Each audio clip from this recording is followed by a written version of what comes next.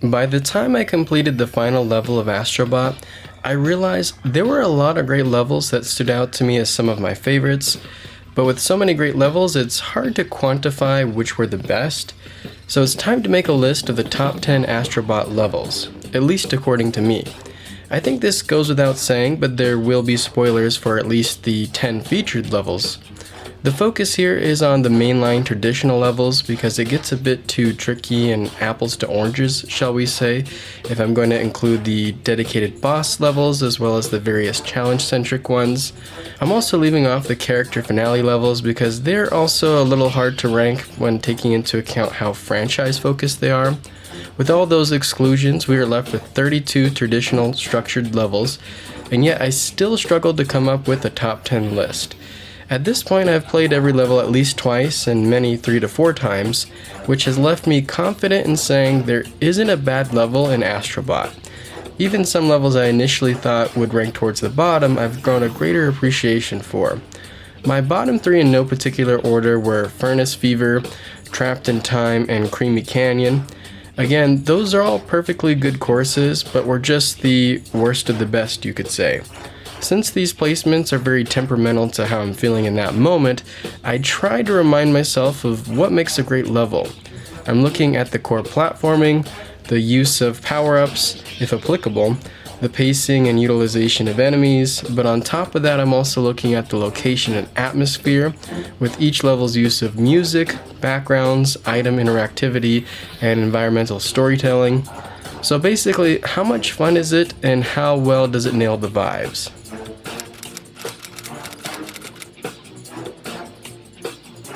Fighting hard for 10th place, we have Bathhouse Battle. This is actually my third different version of a number 10 because I kept changing my mind, but as of now, Bathhouse Battle is definitely deserving of the spot. It's one of several levels where the main power-up introduced isn't seen for the rest of the game.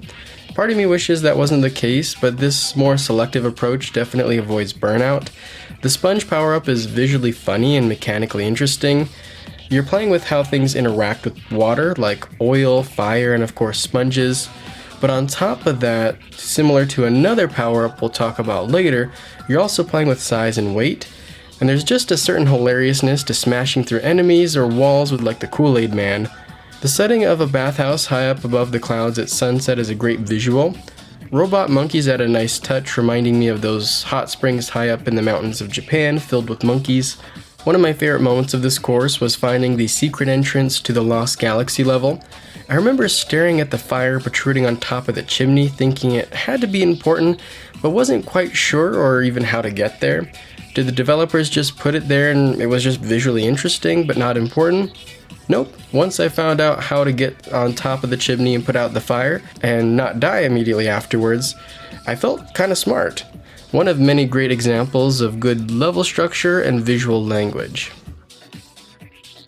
Number 9 is Aztec Trial. I had a hard time placing this course, but the reason why it's made its way into the top 10 is because of the frog gloves.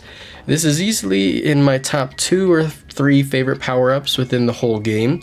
Some DualSense features can at worst be a distraction with certain titles, but also at their best an enhancement. And this particular power-up sings with its use of haptics, the adaptive triggers, and even the controller speaker. Throwing a punch is such a satisfying feeling. I was constantly excited to see what I was about to punch next. As I mentioned in my review, Team Asobi could have easily made a whole game centered around this one power-up. On top of punching, there are plenty of marked items to pull as well as rolls to swing on, a good mix of combat and platforming versatility. Wormy Passage also uses the Frog Glove power-up, but I dug the ancient, secret Aztec jungle vibes a little more. I feel the trial setup of the level complements the power-up itself, leading up to an easy but exciting boxing match. This level is definitely one of the easiest ones, but the Frog Gloves do a good job of giving you a satisfying, fun power fantasy. On the surface, Rocket Pull Power is in a very exciting stage. It starts off in a pretty but basic snow area, and by this point you've probably already experienced at least one other. Seemingly just a nice little snow level. You couple this with one of the most utilized power-ups in the Explosive Chicken, and there's not that much new to be excited by. Playing around with perspective started to pique my interest, and then once I ended up in some molten lava cave with a slick change of soundtrack, I knew this level is more than meets the eye. The underground lava area expands more on the perspective shifts with a nice direct contrast in scenery. On the top of my head, I believe the robot, chicken, and dog are featured in the most levels, but this might be one of my favorite ones, at least to utilize the chicken. I enjoyed the extra pressure in timing my jumps just right to avoid getting squashed by those giant rotating blocks. This level caps things off with one of my favorite finales in the form of what felt like an exhilarating bank heist. I just love the originality of this concept mixed in with the hot and cold dynamic. With all that, you have a seemingly forgettable level ending up as one of the most memorable ones. There are a few spooky themed levels throughout Astro Bot, but I think my favorite would have to be Spooky Time. It does a great job of compounding previous concepts while also implementing the slow down time VR headset power-up thing. It's always cool to see a seemingly impossible platforming challenge slowed down to a manageable pace that allows for you to take in the details. The finale is probably the best example of this, where you really do need to slow things down enough to sort through all the information being thrown at you. I appreciate the light puzzles of Light Bulb Limbo as well as the manipulation of time in Slow-Mo Casino, and so this mix was a fun one. I think Spooky Time is one of the best levels at setting atmosphere. I love the feeling of classic monster movie horror with some Addams Family with a little bit of Casper mixed in. The music is a big part of it, but so are the surroundings that just invite you and your imagination to wander. Nothing beats a creepy haunted mansion on top of a hill in the middle of a lake on a rainy night. Let me know if you also enjoy this setting as much as me. A great combo of both mechanics and setting. Go-Go Archipelago was initially much lower based on my initial memory of it, but at this point it's actually one of my overall favorites. I'm a sucker for a good beach setting, but that's just where you start off. By the end, you will have adventured and traversed across this giant crab island all the way to the summit. I love the emphasis on verticality. It kind of sneaks up on you if you're not paying attention. By the time you get to the top, you realize just how high up you actually are. The boss battle waiting for you at the top is a great spectacle as well, a fitting climax of a classic pirate tale. I enjoyed the island feeling like some sort of a mashup between Treasure Island meets Monkey Island. Clearly I'm a fan of the setting, but on top of that, the monkey backpack was another great power-up. While similar to the monkey power-up in Astro's Playroom, it feels more refined and versatile here. I never got tired of climbing up or swinging over obstacles, but the most fun part was just throwing stuff. I wouldn't be surprised if those suspicious gray rocks were actually robot monkey poop, but I'll leave that up to you to decide. Throughout further playthroughs, I realized there were several situations where you don't even have to use the power-up, but you definitely should. Cannon Brawl is another level initially much lower on the list, but I've grown to like it quite a bit. I've always enjoyed the setting of an epic battle against lava pirates, but on top of that, the music slaps while the haptics and sound effects are in full force, especially with the Armored Ball power-up. This power-up was introduced in the Hyro Glitch level, but I think it was fully realized here, or at least it was the most fun. Outside of platforming limitations, you are essentially indestructible when in ball form, and you definitely feel it when you're getting pelted with rocks or soaked in fire. I love being launched across the stage like a cannonball, followed up by the big clank sound you hear when touching down. It almost feels like a mix of Samus and Iron Man. With large crushing objects, lethal projectiles, and being surrounded by lava, it feels great to have the perfect tool for the job. The dangerous setting and fun soundtrack create an overall epic mix. There are several moments of tension that crescendo up to a metal boss fight against a giant robot pirate that arises from a sea of lava. This awesome but shorter boss fight does an amazing job of calling back to the Armored Ball's versatile set of uses. Like in Go-Go Archipelago, giant pirate robot boss fights are a great finale to great levels. Luna Sola was definitely one of the levels that immediately stood out in my head when making this list. Both conceptually and aesthetically a very unique level. You're thrown into what feels like a pop-up book come to life, but since these are three-dimensional objects, you also get a toy-like quality that unsurprisingly also reminded me of Toy Story. Definitely a playful setting even for Astro Bot standards. It doesn't take long to discover this level's core mechanic of block rotation. In typical Astro Bot fashion, this mechanic incorporates itself into every aspect of the level beyond just the platforms themselves, with even the time of day changing. The different times of day have plenty of obvious and more subtle differences. Immediately the change of music is noticeable, with the more uppity violins being swapped out for a more late-night jazzy piano.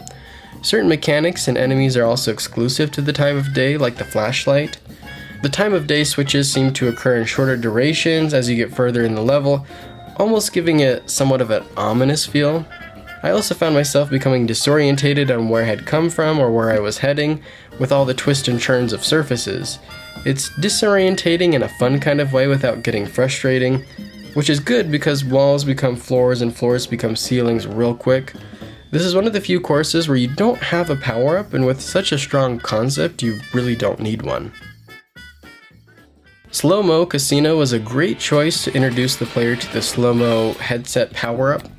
Immediately in the beginning, you notice a high-paced energy that works perfectly for a casino world. You feel like if you look in the corner, you'll see someone's grandma with a bourbon just yanking and pulling on a machine. I can smell the stale cigarettes already. Like any good casino, there's an element of crime from the get-go. You see a transport truck seemingly getting robbed by some delinquents, which leads you to find some high valuable experimental tech that can conveniently slow down time temporarily. I love the little environmental storytelling you get throughout a lot of these levels. Plenty of other games have used a similar power-up where you can slow down time, but Astro Bot does it very well. It's in the details, like how enemies splatter when getting hit, or how projectiles become platforms.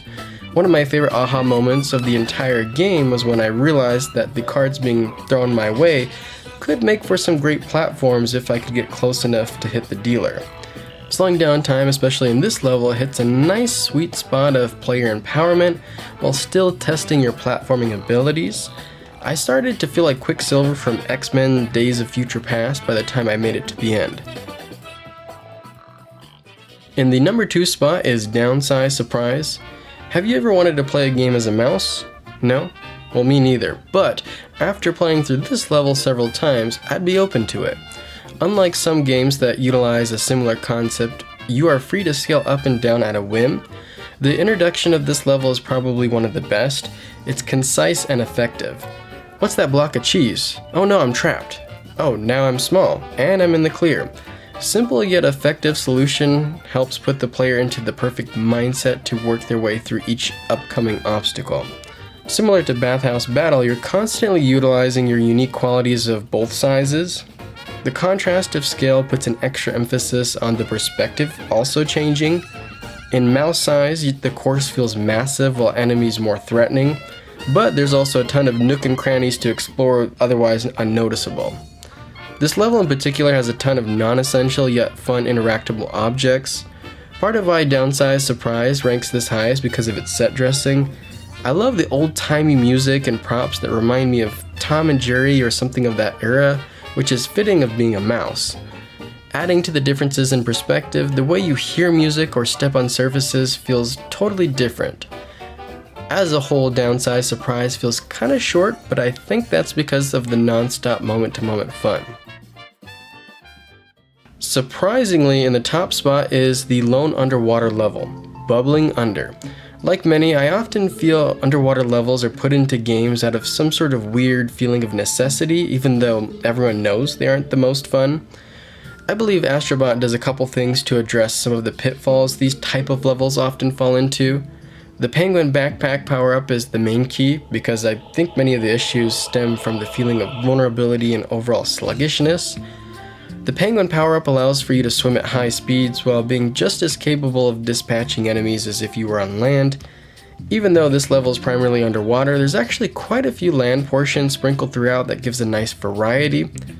Not being hampered by poor mobility, I was able to really enjoy this underwater world that Team Asobi has crafted. Visually, this location feels like such a graphical flex with how good water is in all the Astro Bot levels, but especially here. Compared to most locations, this one's primarily just a really large hub that puts a unique emphasis on layers. There's the surface, where land meets water, with the colorful and bright shallows just beneath. Even lower is the depths, where light is scarce and deadly enemies are in abundance.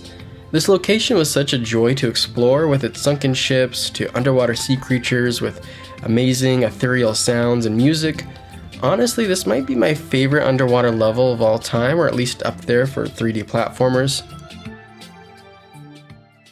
I had several levels that just barely missed out of the top 10, like High Suction Hero, Funky Fungi, Free Big Brother, Dingy of the Lamp, and Turtles and Trash. Again, there isn't a bad level to be found in this game, even though I'm someone who had no issue building a fence in Red Dead 2's epilogue for several hours. I really appreciate how fat-free my time has been playing Astro Bot, and I feel that more games could take notes. Have you played Astro Bot, and if so, I'd love to hear what your favorite levels are down below. If enough of you are interested, I could also make a ranking of the top 10 challenge courses, but for now, I appreciate you for watching, and until next time, see ya!